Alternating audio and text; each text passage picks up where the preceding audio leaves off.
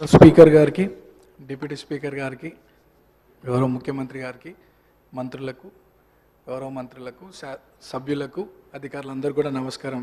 Speaker sir, first time మాట్లాడుతున్నందుకు చాలా హ్యాపీగా feel అవుతూ మీకు ధన్యవాదాలు తెలియజేస్తూ, గత 2 సంవత్సరాల క్రితం ఇదే సభలో గౌరవ ముఖ్యమంత్రి గారు ఒకానొక సందర్భంలో పేరు ప్రస్తావించడం, 2 సంవత్సరాల లోపే ఇక్కడ ఈ సభలో తోటి సభ్యుడిగా రావడం చాలా అదృష్టంగా, గౌరవంగా భావిస్తూ అధ్యక్ష, మా సామాన్య కుటుంబం నుండి వచ్చినటువంటి నాకు ప్రజాసేవ కల్పించే అవకాశం కల్పించినటువంటి మా ముఖ్యమంత్రి గారికి, కాంగ్రెస్ పార్టీ పెద్దలకు ఈ అవకాశాన్ని స్వాగతిస్తూ మా ప్రాంత ప్రజలందరూ కూడా నన్ను ఆశీర్వదించి సభకు పంపించడం వల్ల అందరికీ కూడా మనసారా కృతజ్ఞతలు తెలియజేస్తూ, సార్ ఈ సభలో మాట్లాడే ప్రతి మాట, ప్రతి అంశం కూడా ప్రజల జీవితాలతో ముడిపడింది కాబట్టి సభ గౌరవిస్తూ, సభ మర్యాదలను పాటిస్తూ ముందుకు సాగుతానని, మా ప్రాంత ప్రజల యొక్క సమస్యలు పరిష్కరించడానికి గౌరవ ముఖ్యమంత్రి గారి ఆశీస్సులతో, సలహాలు, సూచనలతో మా ప్రాంత ప్రజల సమస్యలు పరిష్కరిస్తూ వారి సంక్షేమ అభివృద్ధి కోసం సాగుతాను ముందుకి,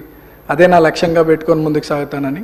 అట్లానే మా ప్రాంతంలో కృష్ణానగర్ అనే ఒక ఏరియా ఉంది సార్, దాదాపు 30-40 సంవత్సరాల నుండి అక్కడ వర్షాకాలంలో చాలా వర్షం వల్ల చాలా ఇబ్బందులకు గురవుతున్నారు ప్రజలు.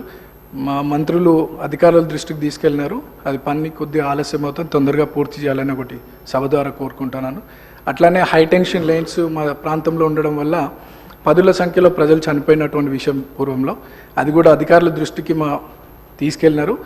అది కూడా అండర్ గ్రౌండ్ కేబులింగ్ ఫాస్ట్గా చేస్తే ఆ ప్రాంత ప్రజలు సురక్షితంగా ఉంటారనేది ఒక సందేశం మీ ద్వారా అందిస్తున్నాం అధ్యక్ష.